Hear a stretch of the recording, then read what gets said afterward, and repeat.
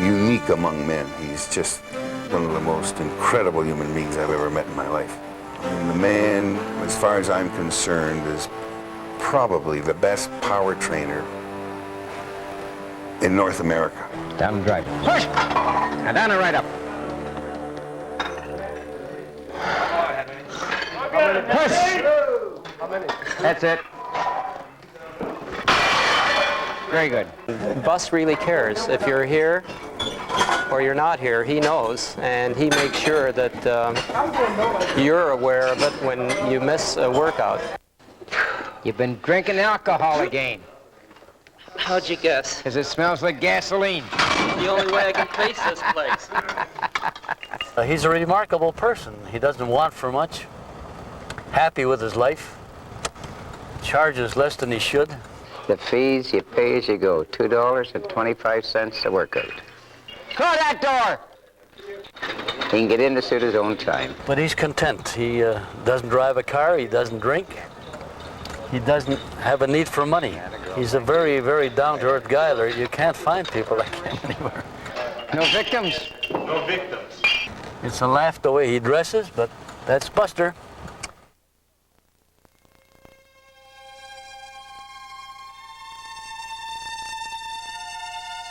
Well, my father back in the old country, I think it was his grandfather, was a strong man. He won a couple of contests over there when he was young. Came to Canada in 1910, actually. In 1913, he got into the business. Been going ever since then. I didn't intend really to get into the business. The war came along. I was in the war for 3 years. Came back. He wasn't in too good a health at the time, so I helped him out. When he passed away, I had nothing else to do, so I kept going.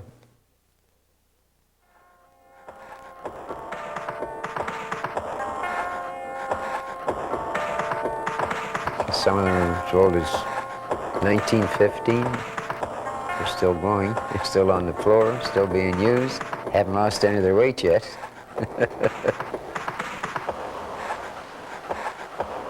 Guys have keys. They come in sometimes 7:15. There may be as many as 6 or 7 guys here before I arrive. Sometimes there've been some in and out before I get here.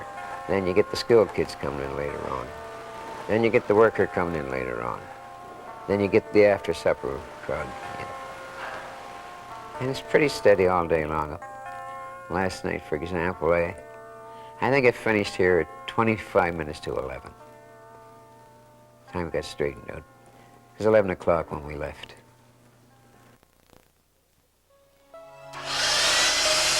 It's the same, but he spends 6 days a week there. The gym is only open 3 days a week, but he won't allow anybody to clean the place. He's got to do it all by himself. He'll dust every piece of those old weights.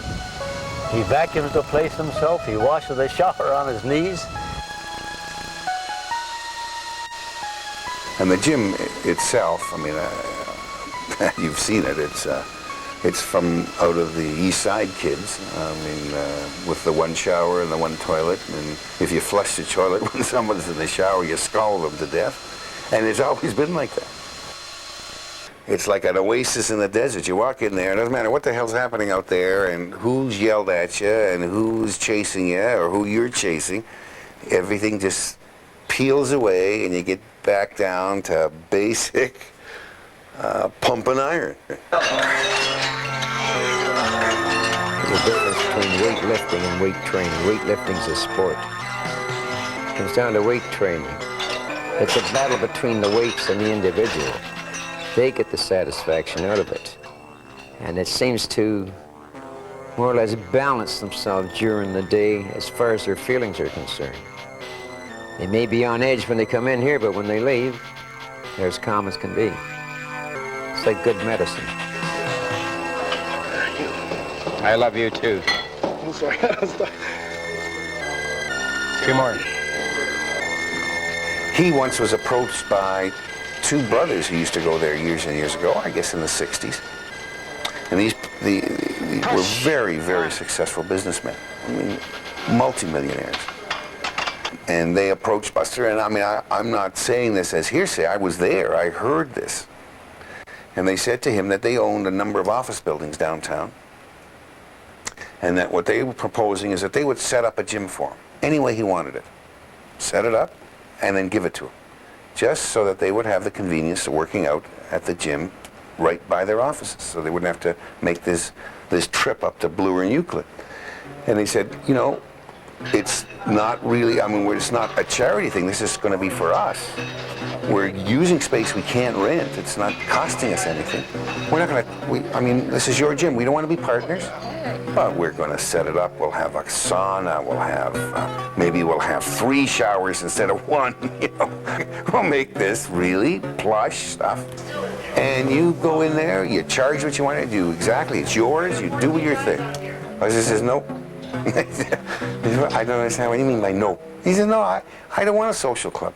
I want a place where people are going to go to work out, not to have a sauna or to have a shower. I want them here to lift weights. That's what I do. Down and drive it. Push! That's right. Now, old Mac that comes in the morning, he started the gym in 1927. And he's been coming off and on since then.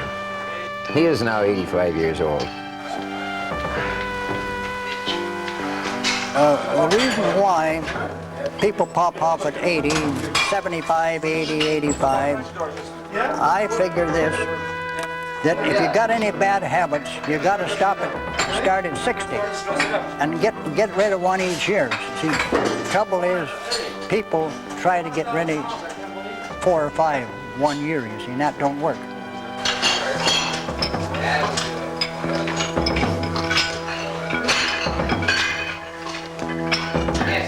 I'm training to lift till I'm 102.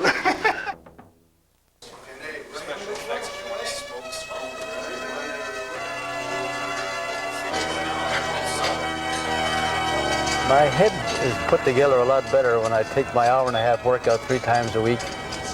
And I go out of there. It's hard to get there to start, but once you're out, you feel like $1 million.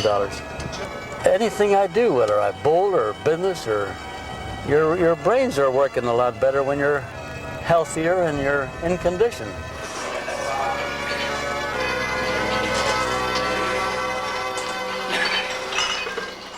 Oh, shit, this scale's bad again.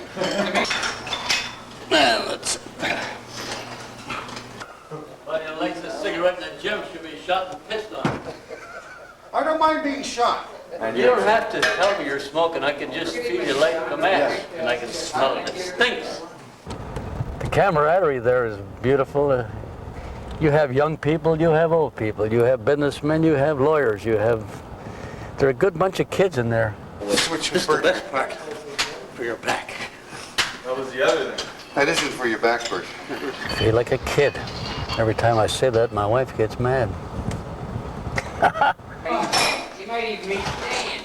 The doctor says you never lift another weight. It's the worst thing you can do. It'll kill you. I'd be a nothing if I hadn't been here. I got crushed between 2 rigs. 2 tractor trailers, I was crushed. They're both fully loaded. Each had 100,000 payload on each one. After working out here 6 months, I could walk the whole block without stopping. And after the year, I could do the whole city block walking fast. Then after the full year, I could jog the block. I owe an awful lot to him. I guess a lot of myself, too, because I did a lot of the work, but he's the one that encouraged it. Drive it. Always, his attitude was that you only work out no more than 3 times a week. And these are an alternative days, and you allow the muscles to heal or to absorb the workout for 48 hours, and then you go back and you do it again.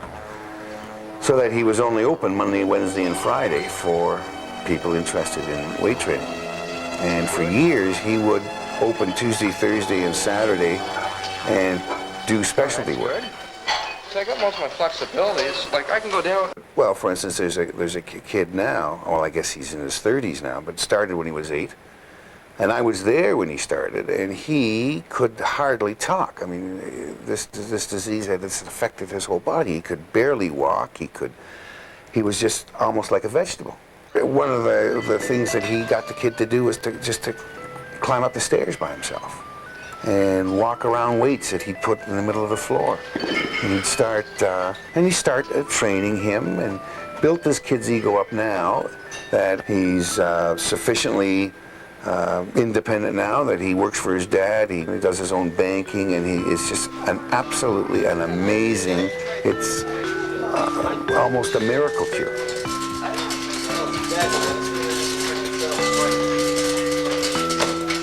It's a phenomenal sense of accomplishment to see some fat, wheezing, sickly guy that staggers in there like me, like I did after 10 years of being away, and mold him. I mean, sculpt him almost. I mean, it's like that.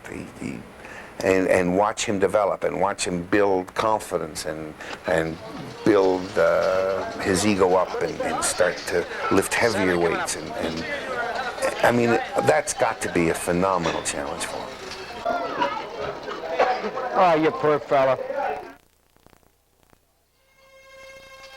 As a kid, I used to walk by there and see the pictures on the wall behind the glass next to the store. And I always thought that someday I'd go in there and build myself up. And that didn't happen until I was 30 years old. I'm now 63 years old, almost 64. And I think if it hadn't been for this place, I certainly would not have been as actively involved in my business and social life as I am. Well, Bus is the reason that I've kept coming all these years. I don't think that if Bus had not been here, I would have been able to maintain the level of involvement and the commitment it takes, because it's not easy to do all that lifting, and to be committed to a workout over a long period of time. I think you need the kind of catalyst that Bus offers. He's made this place into a very social place, as well as a place where you can do your workout. Stay there now, Dad. No. Lift your head up. Okay, up you get. My motivation was initially my own self, building myself up and getting into better shape, looking better, feeling better. But it became a lot more than that over the years, and it became a sort of an escape from pressures outside of this gym, business pressures primarily. It's almost as much a mental release as it is a physical build-up.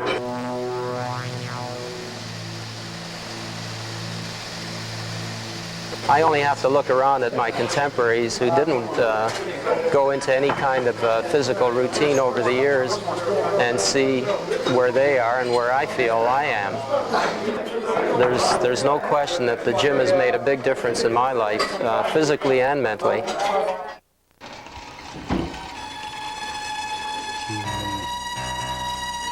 Good boy.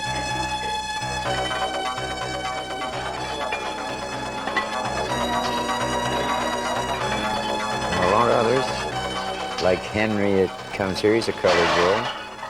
He was a 320-pound slob.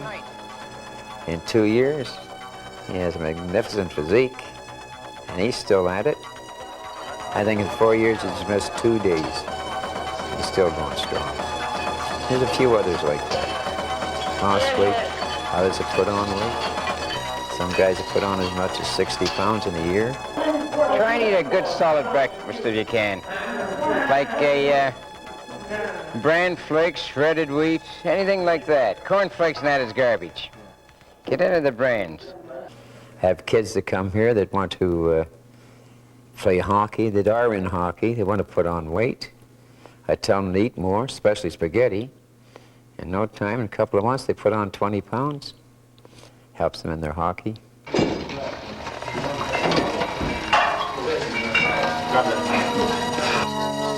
I've tried other gyms over the years in the States and in Canada. They're just not the same.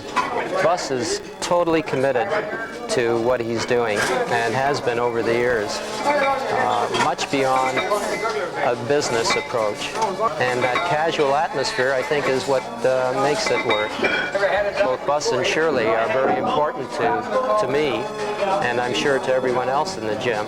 Listen to me. Listen down. Don't do anything but straighten them on the mat. Straighten them on. Don't do anything. Get those elbows back up. Now come on. That way.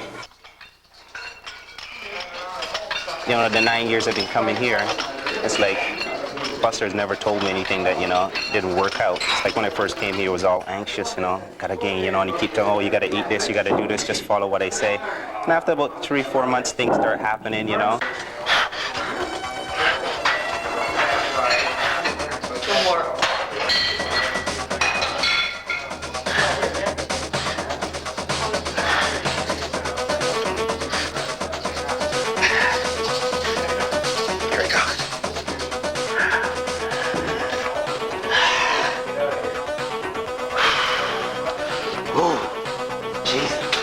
Addictive, and it's something that, you know, people say to me, well, you basically have to do that for your rest of your life, and I say, right, and it's like no problem with me.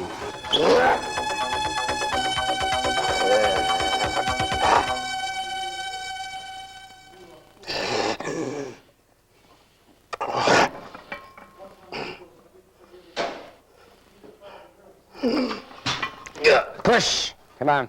Don't touch it, David. Don't touch it. White man, you can help. Black man, you leave him alone.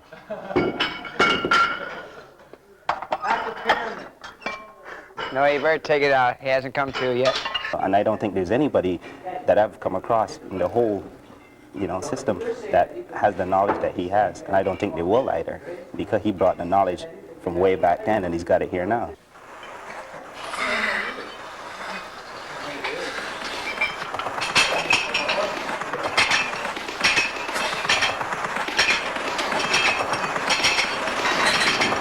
Once you walk into that gymnasium, it doesn't matter what you are. I mean, I've seen judges there and lawyers, motorcycle gang members and criminals, crown attorneys, doctors.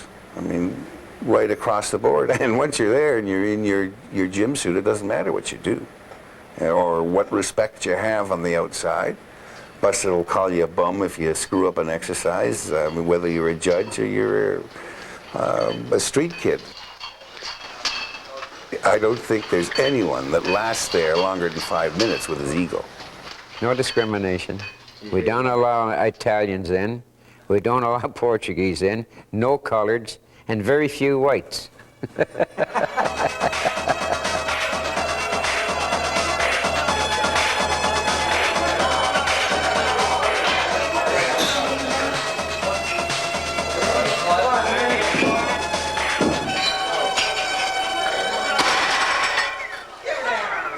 I'm sure he's never sat down and said, why the hell am I doing this? Because I don't think he couldn't picture himself doing anything else. I mean, this is his life. And, I mean, he makes a phenomenal contribution. I don't think he realizes what kind of a contribution he makes to these people. He would just sort of brush it off like, you know, garbage. I mean, I train people. I tell them to lift weights. That's what I do. Well, that isn't what he does at all. Come on, Mark, push!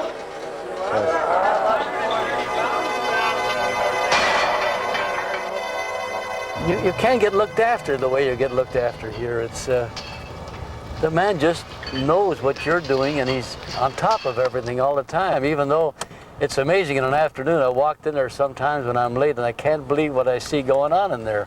It's just a swarm of people.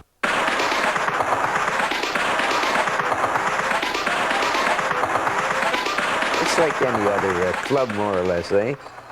You have your high ones, you have your low ones. Have you ever hear in around about 5:30? The babble that goes on?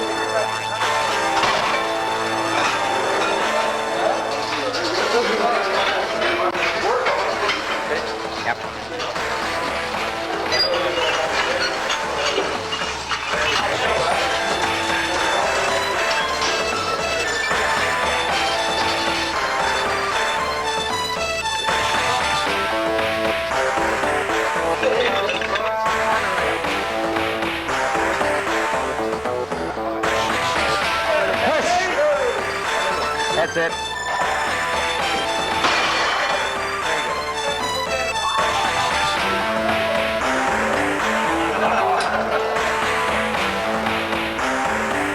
And the days go by so fast, it's unreal. Once Monday goes, it's Friday. That's the way it goes. Boom. My side? The law, come up here. Do you want them in order of... Any old place. I don't think I'd change it for anything. If I had to do it all over again, I'd do the same darn thing. What you did, I left it and you just pulled it over on your chest. Instead of locking it and then bringing it down. Have another drink. Can I try one more? No, get in there. No, one more, please. Get. When the weights tell me to retire, I'll retire. And they're pretty dumb. All right, say goodnight, you old bugger. Good night, you old bugger. Good night, you old bag. He's a psychiatrist, he's a psychologist, he's a mentor, he's everything. All rolled into 143 pounds soaking wet.